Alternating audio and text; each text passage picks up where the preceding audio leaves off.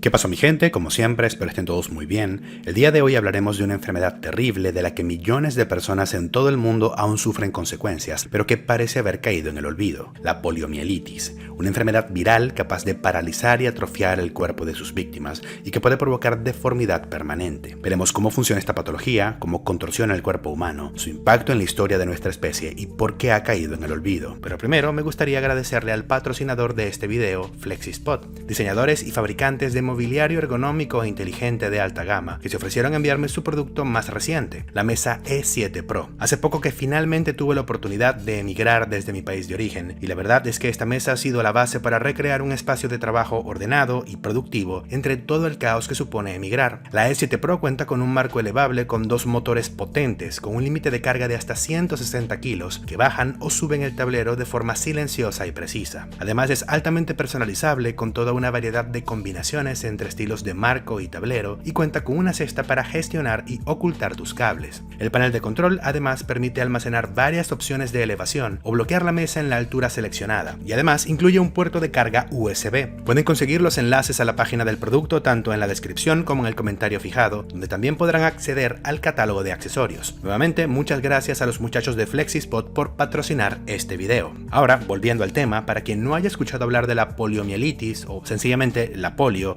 se trata de una enfermedad infectocontagiosa de origen viral que ataca exclusivamente a los primates, pero sobre todo al ser humano. Esta enfermedad invade al sistema nervioso central, provocando parálisis temporal o permanente de distintos músculos y puede llevar tanto a la muerte como a deformidades articulares severas. Es una enfermedad altamente incapacitante para la que no existe tratamiento y que puede generar secuelas tanto inmediatas como décadas después de haber sobrevivido. El agente causal de esta patología es el poliovirus, un patógeno extremadamente contagioso que es resistente a los ácidos y a los detergentes y que tolera fácilmente los niveles de cloro usados en el agua potable. Este virus se contrae por vía fecal oral, es decir, al consumir agua o alimentos contaminados con heces humanas, por lo que la polio es una enfermedad relacionada al hacinamiento, al consumo de agua mal saneada o a una higiene deficiente, aunque también puede contraerse por vía oral a través de la saliva de personas infectadas. Cuando el virus de la polio ingresa a nuestro cuerpo, este ataca en primer lugar a las amígdalas faríngeas o adenoides. El virus logra ingresar a nuestras células usando una proteína propia y natural de nuestros cuerpos, conocida como CD155, que sirve como punto de entrada para este patógeno. Una vez dentro de las células de la amígdala, el virus de la polio secuestra la maquinaria celular y las obliga a crear millones y millones de copias del virus hasta que la célula afectada literalmente revienta o sufre de lisis,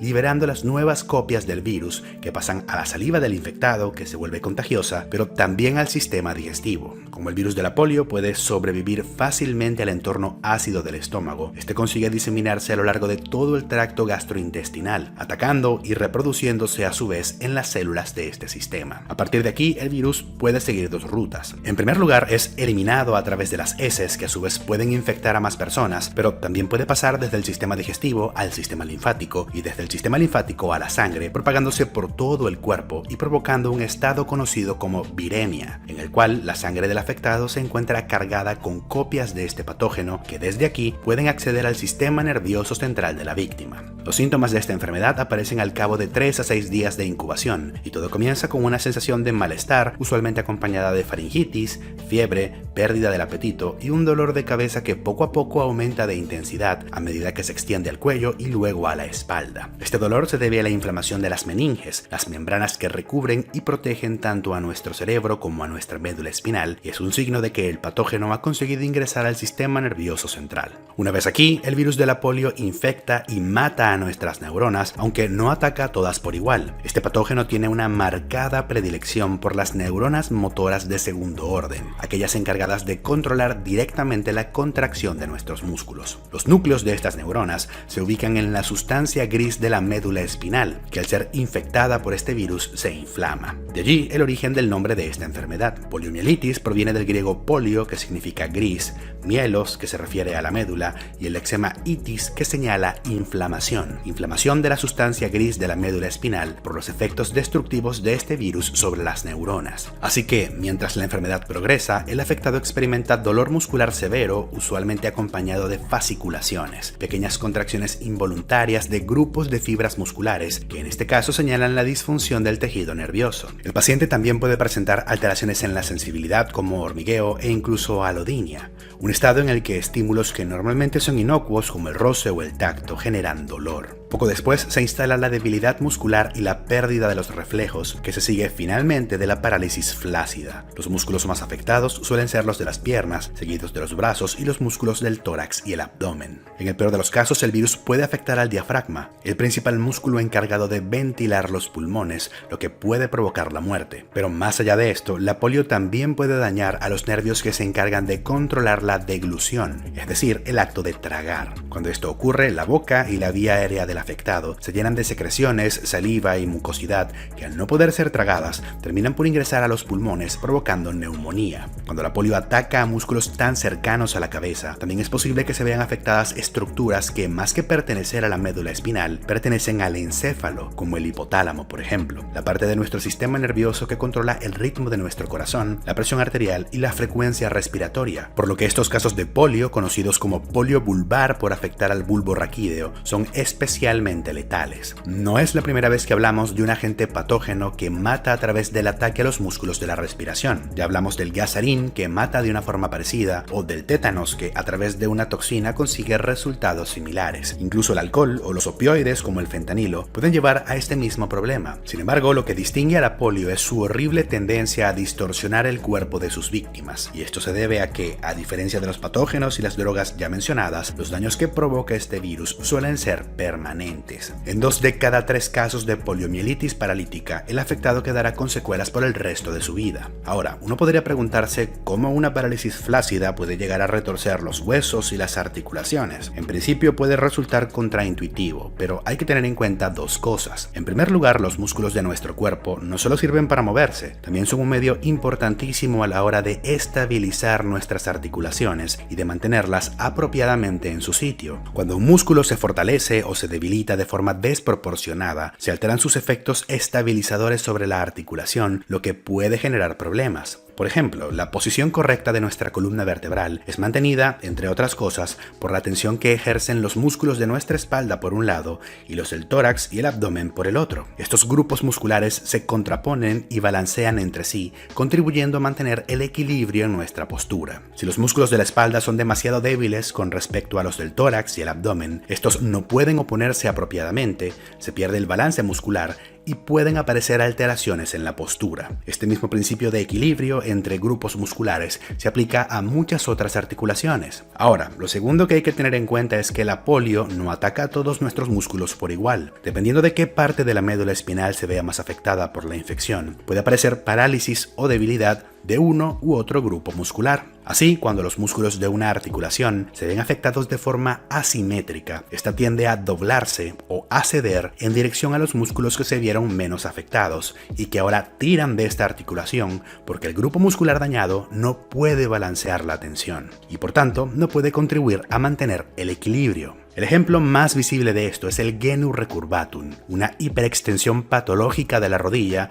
debido a que, en este caso la polio, debilitó o paralizó ya sea al cuádriceps, al bíceps femoral o al gastrocnemio, de forma que no puede contribuir a mantener la estabilidad de esta articulación. La biomecánica de la rodilla es compleja, por ponerlo en una palabra, así que el genu recurvatum que aparece en los pacientes de polio puede tener distintos procesos biomecánicos por detrás. La debilidad de distintos grupos musculares no solo lleva a alteraciones articulares, sino también a patrones de marcha bastante característicos como la marcha de Trendelenburg o la marcha anadeante, que a la larga pueden traer complicaciones. Otro problema con las deformidades articulares es que cuando persisten por demasiado tiempo, los propios ligamentos y tendones se reajustan a la nueva posición patológica, por lo que puede ser necesaria la cirugía para recuperar la anatomía normal. Por otra parte, la parálisis no solo inhabilita a los músculos, sino que además impide que las extremidades afectadas puedan crecer con normalidad. Los niños afectados por polio pueden terminar con una pierna o un brazo significativamente más corto que el otro si esta enfermedad no afecta en igual medida a ambas extremidades. Ahora, a pesar de que se trata de una enfermedad terrible sin ninguna duda, hay un par de cosas que tenemos que matizar. Por una parte está la increíble capacidad de adaptación del cuerpo humano. Una vez que pasa la fiebre y que el virus comienza a ser eliminado de nuestro cuerpo, las neuronas supervivientes a la infección pueden crecer y emitir ramificaciones nuevas, asumiendo las funciones de aquellas neuronas que no consiguieron sobrevivir. De esta forma, las fibras musculares huérfanas, antes controladas por otras neuronas, pueden ser controladas por una única neurona que crece y se adapta a las circunstancias. Este mecanismo de compensación en parte explica cómo la parálisis puede desaparecer total o parcialmente